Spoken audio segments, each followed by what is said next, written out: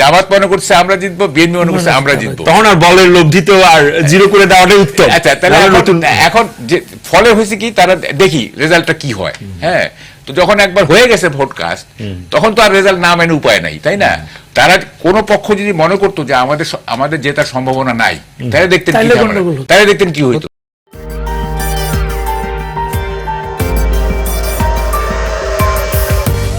আপনার ইচ্ছা অনুযায়ী মানে কে রুল করতে পারবেন তা না। আমাদের কি এখন দরকার? আমাদের এখন একটা দরকার এমন একটা সরকার, যে সরকার অনেকগুলো সিদ্ধান্ত নিতে হবে তাকে, যে ড্যামেজগুলো হয়েছে গত 15 বছর এবং গত 15 মাস 16 মাস, দুইটাই কিন্তু দুই আমলেই কিন্তু ড্যামেজ হয়েছে, এটা আপনার খেয়াল রাখতে হবে। হ্যাঁ, not only last 17 years, also last 16-18 months, এখানেও অনেক ড্যামেজ হয়েছে। এই ড্যামেজগুলি যদি আপনি রিপেয়ার করতে চান, তাহলে আপনাকে ডিসাইসিভলি অনেকগুলো সিদ্ধান্ত নিতে হবে। এবং এই সিদ্ধান্ত দেখেন, আমি যখন পলিটিক্যাল সায়েন্স পড়াইছি আমার ছাত্রদেরকে, তখন একটা আছে যে রাষ্ট্রপতি শাসিত সরকারের সুবিধা কি। সেখানে একটা সুবিধা হলো রাষ্ট্রপতি শাসিত সরকার কুইক ডিসিশন নিতে পারে, যেটা পার্লামেন্টারি সিস্টেমে পারে না। সেই কারণে রাষ্ট্রপতি শাসিত এবং যারা আপনার ডিকটেটর ছিল এই আমাদের ইতিহাসে, মানব ইতিহাসে দেখবেন ডিকটেটরদের আমলে কিন্তু উন্নয়ন বেশি হয়, যেমন নেপোলিয়ান, এরশাদ আমাদের। হ্যাঁ, তো যেমন হাসিনার আমল। আমরা 2/3 ক্ষেত্রে যদি একটু আমাদেরকে একটু ফোকাস করেন, আপনি যে 2/3 হওয়ার কারণে 2/3 হইলেই যে আপনি কুইক ডিসিশন নিতে পারবেন, আপনি নিতে পারবেন না, কারণ আপনি সংস্কারে অনেকগুলো বাধা আছে। যেমন একটা বলি আমি, যেমন ধরেন যে এই যে না, গণভোটের ব্যালটে যদি থাকেন, আপনি যদি দেখেন 1 আর 2 এর মধ্যে হয়তো একটা ক্রিটিক্যাল ইস্যুজ আছে। যেমন ধরেন নির্বাচনকালীন তত্ত্বাবধায়ক সরকার, নির্বাচন কমিশন এবং অন্যান্য সাংবিধানিক প্রতিষ্ঠান জুলাই সনদে বর্ণিত প্রক্রিয়ার আলোকে গঠন করা হবে, এটি একটা। আর সেকেন্ডটা হচ্ছে আগামী জাতীয় সংসদ হবে 2 কক্ষ বিশিষ্ট। জাতীয় সংসদ নির্বাচনে দলগুলোর প্রাপ্ত ভোটের অনুপাতে 100 সদস্য বিশিষ্ট একটি উচ্চ কক্ষ গঠিত হইবে এবং সংবিধান সংশোধন করিতে হইলে উচ্চ কক্ষের সংখ্যাগরিষ্ঠ পপুলার ভোট তো মোটামুটি নেক টু নেক, কাছাকাছি না? তাহলে তো আপনার কিন্তু বিএনপি এটাতে রাজি হয়নি, এটা তো নোট অফ ডিসেন্ট তার আছে। কিন্তু এটা যদি হয়, আপনি যদি জুলাই সাথে ইন টোটো যদি আপনি এক্সিকিউট করেন, তাহলে নেক টু নেক হয়ে গেল না? নেক টু নেক হলে তো এখন আপনি কিভাবে সংশোধনী প্রস্তাব আপনি বিয়ে করবেন? ঝামেলা পাকলে এই জিনিসগুলো হয়তো আরো আছে, ঝামেলা বহু আছে। কিন্তু মানে রুল অফ ল এর সাথে কিন্তু ল এর কনসাইন জড়িত, ঠিক আছে, বিবেকটা জড়িত। হ্যাঁ, এবং এই বিবেকটা কিন্তু পার্সোনাল কনসাইন্স হলে চলবে না। It should be a conscience of the whole humanity. আমার বিবেক, সেটা আমি বলেছি ওখানে, তাই না? আমার বিবেক, একজনের বিবেক, প্রাইম মিনিস্টারের বিবেক, ইট ডাজন্ট ম্যাটার।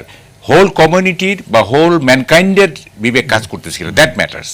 আরেকটা হলো এই যে আমরা বলি যে মানে নো বডি ইজ অ্যাবভ ল, আমরা বলি না no man is above law.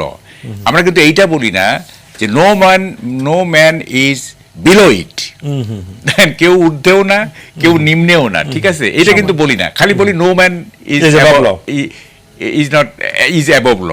কিন্তু এটা যে no man is below it, below law, এটা কিন্তু কেউ বলি না আমরা, ঠিক আছে? এই জিনিসটা আছে। আর একটা হলো যে দেখেন, আপনি যদি জাস্টিস প্রতিষ্ঠা করতে চান, ঠিক আছে, তাইলে কিন্তু আপনাকে একটা মানে কোনো সিঙ্গেল এক্সেপশনও আপনি ইনজাস্টিস করতে পারবেন না। জাস্টিস মিনস এটা ইউনিভার্সাল হইতে হবে। কারণ মার্টিন লুথার কিং একটা কথা আছে, injustice to in a particular place is a threat to justice everywhere. একটা জায়গায় ইনজাস্টিস হওয়া মানে সব জায়গায় জাস্টিস প্রতিষ্ঠা করার ক্ষেত্রে এটা হুমকি, এটা থ্রেট।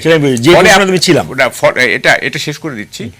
ফলে আপনাকে মানে করতে হবে না, মানে ওটাকে কি বলে যে এই ক্ষেত্রে বৈষম্য করা যাবে না, আইনের শাসন প্রতিষ্ঠা করা যাবে না। এক্স্যাক্টলি, সেটা বুঝেছি। এখন আপনি বলেন কি বলতে, যেটা বলেছিলাম যে জুলাই সনদ এবং নিজেদের যেই ওনারা যেসব জায়গায় নোট অফ ডিসেন্ট দিয়েছেন, যেটা মানে আমার প্রশ্নটা হচ্ছে, উনি তো ওনার একটা ইশতেহার নিয়ে মানুষের কাছে গেছেন বিএনপি, সেইটার ভিত্তিতে মানুষ বিএনপিকে ভোট করেছে, 2/3 মেথডিটি তারা পেয়েছে।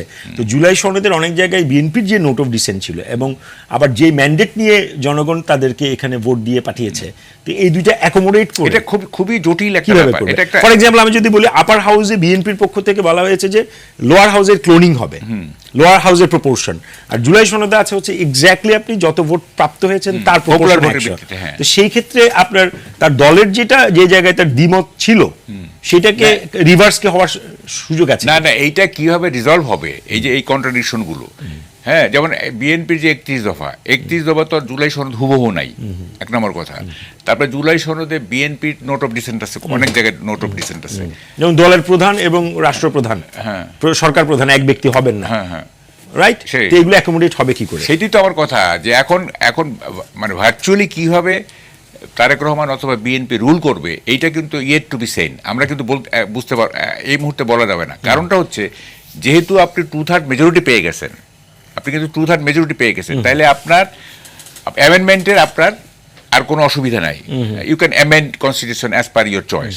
কিন্তু অ্যাজ পার জুলাই সনদ আপনার অ্যামেন্ডমেন্টের জন্য আপনার উচ্চ কক্ষ থেকে সংখ্যাগরিষ্ঠতা পেতে লাগবে না, কিন্তু কথাটা হচ্ছে, হ্যাঁ, এটা আমি তো সেই জন্য বলতেছি যে আপনি মানে ডিসাইসিভলি আপনি রুল করার ক্ষেত্রে জুলাই সনদটা একটা বড় বাধা।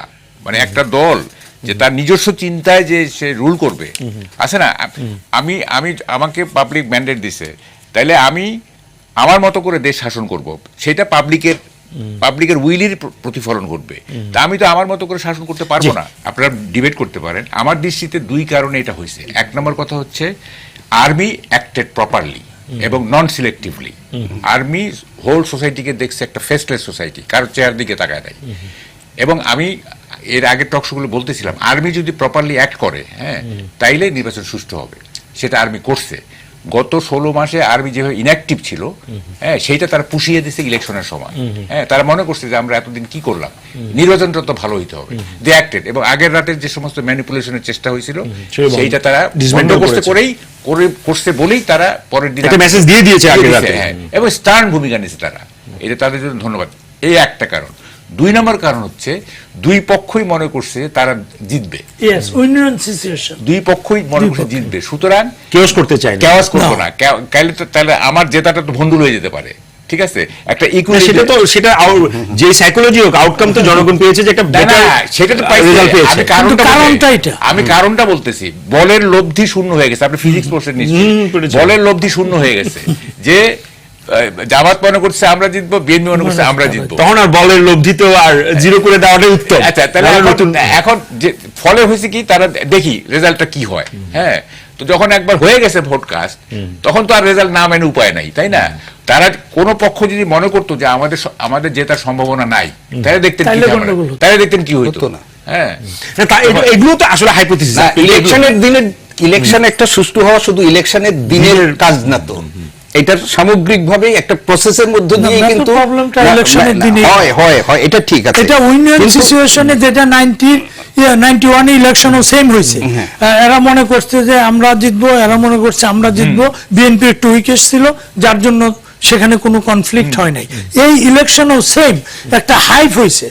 বিএনপি কনফিডেন্ট যে তারা জিতবে, এবং জামাত হাইপে চলে গেছে প্রচারণায় যে তারাও ইয়েতে জিতে যাবে। কাজে কেউ কাউকে টাচ করে না। ইলেকশনের দিনটাই ভেরি ডেঞ্জারাস। আগে পরে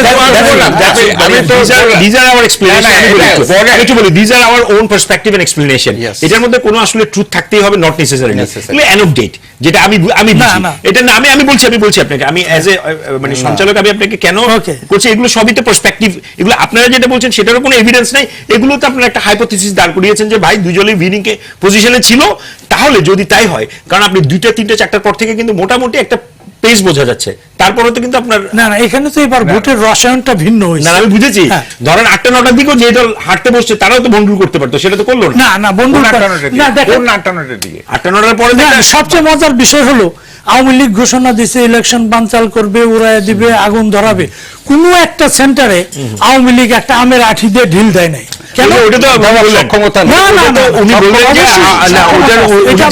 সক্ষমতা এখন ছিল না।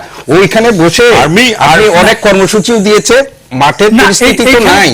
কিন্তু শেষ মুহূর্তে গিয়া আওয়ামী লীগ বাধ্য হয়েছে তাদের একটা percentage in favour of BNP vote দিতে।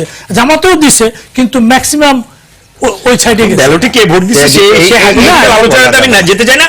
আমি আবার একটু আমরা আলোচনা একটু বিভিন্ন আসতে চাই কেন্দ্রে দেখতে পাই। শেষ রাউন্ডে এবং- আঞ্চলিক এবং চ্যালেঞ্জ। এখানে আঞ্চলিক চ্যালেঞ্জ ভাই matter করছে, minority vote আমি একটু বলি matter করছে।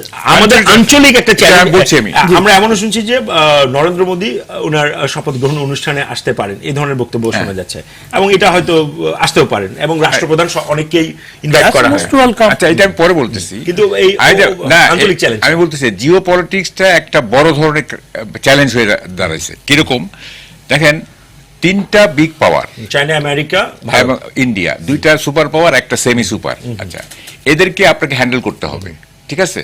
আচ্ছা, নতুন 2টা অ্যাক্টর কিন্তু এমার্জ করছে, Turkey and Pakistan. So you have to handle 5 powers, ঠিক আছে? একটা পাকিস্তান অবশ্য power অলসো না। ইউর ওডি হ্যাঁ, যে exactly. Nuclear power Pakistan. তা যাই হোক, এখন আপনার সামনে আপনাকে কি করতে হবে? করতে হবে যে সবাইকে গুড হিউমারে রেখে আপনাকে একটা ব্যালেন্সড ডিপ্লোমেসি, এবং আপনি যদি চায়নাকে কন্টেন্ট করতে চান আমেরিকা হস্টাইল হবে, আমেরিকায় কন্টেন্ট করতে চাইলে চায়না হস্টাইল হবে। আপনার ইন্দো প্যাসিফিক স্ট্র্যাটেজি বনাম রোড অ্যান্ড বেল্ট ইনিশিয়েটিভ একটা বড় কন্ট্রিবিউশন, বে অফ বেঙ্গল এই রিজিয়নটাতে। তো আজকে। হ্যাঁ প্রশ্ন করেছে আজকে Chinese journalist। হ্যাঁ হ্যাঁ, এটা বিশাল ব্যাপার, BRI এটা বিশাল ব্যাপার। এবং তারেক রহমান সাহেব কিন্তু রোড অ্যান্ড বেল্ট ইনিশিয়েটিভ উনি বলেছেন যে উনি ওনাদের যে স্ট্র্যাটেজি আছে না, সেই এটা অনুযায়ী এটা করবেন। ডিটেইল করা উচিত ছিল। যাই হোক, এখন করাটা হচ্ছে এইটা একটা ব্যাপার হলো। আচ্ছা, 2 নম্বর হচ্ছে যে টার্কির ইনভলভমেন্ট, হ্যাঁ এটা কিন্তু একটা বড় ব্যাপার। এখন আপনাকে মানে হয়েছে কি, এখন কিন্তু আপনি যেহেতু আমরা উইকার নেশন, তাই না? আমরা তো উইকার নেশন। একটু সংক্ষেপে বলবেন একদম শেষ দিকে। আচ্ছা, উইকার নেশনের ডিপ্লোমেসিটা কি? We don't have weapon. তাহলে আমাদের অরেটরি, আমাদের বাগ্মিতা, আমাদের সেন্স অফ হিউমার, এগুলো দিয়ে আমাদেরকে জয় করতে হবে। এবং আমাদের ইন্টারেস্টটাকে আসলে সামনে রেখেই তো আসলে করতে হবে। কোথায়? যেটা আজকে বারবার উনি না, বলেছেন। আমি বলছি যে ইকুয়াল ডিগনিটি, ইকুয়াল প্রেস্টিজ, এগুলো তো মেনটেন করতেই হবে। এইটা মেনটেন করে আপনাকে এইসবকে হ্যান্ডেল করা, এটা খুব টাফ জব। এটা হাইয়েস্ট অর্ডার অফ ডিপ্লোমেসি লাগবে। নিশ্চয়ই, নিশ্চয়ই। এবং এইটার জন্য আপনাকে শুনেন, আমাদের ডিপ্লোম্যাটদের তো একটা বড় প্রবলেম আছে। আমাদের ডিপ্লোম্যাটরা হিউমার জ্ঞান নাই, সেন্স অফ হিউমার নাই। না, ডিপ্লোমেসিতে যদি সেন্স অফ হিউমার থাকে, আশা করি আপনি যারা শুনছেন তারা এই না, আমি বলছি যদি সেন্স অফ হিউমার থাকে, আপনি এনিমিকেও আপনি বন্ধু বানাতে পারেন। যেটা কিসিঞ্জার কিসিঞ্জার করছিল। ছিল। Why is Kissinger so famous diplomat? তার অরেটরি, তার সেন্স অফ হিউমার, তার উইট, এগুলোতে সে জয় করছে সবাইকে। হ্যাঁ, তো ফলে আমাদের এখানে ডিপ্লোম্যাটরা প্রথম কথাতে কমিউনিকেটিং, মানে একটা নিউ ওয়েভ অফ ডিপ্লোমেসি লাগবে। অফকোর্স। এবং এইটা ছাড়া আপনি যে ক্রাইসিস, মানে আমাদের এই রিজিয়নে যে ক্রাইসিস, তারপরে আপনার ইন্ডিয়া তো একটা আছেই। আমরা কিন্তু মায়ানমারটা ভুলে গেছি। এই রোহিঙ্গা, চায়না ইস্যুতে আপনি চায়না ইস্যুতে ওই প্যাকেজে রোহিঙ্গারা তো একটা বিরাট বড় এবং চায়না হাতে থাকলে রোহিঙ্গা ঠিক হবে। এবং Myanmar is also stakeholder in this, মানে ইন দিস রিজিয়ন আর কি, তাই না? নিশ্চয়ই, এই issues গুলো আছে। You have to handle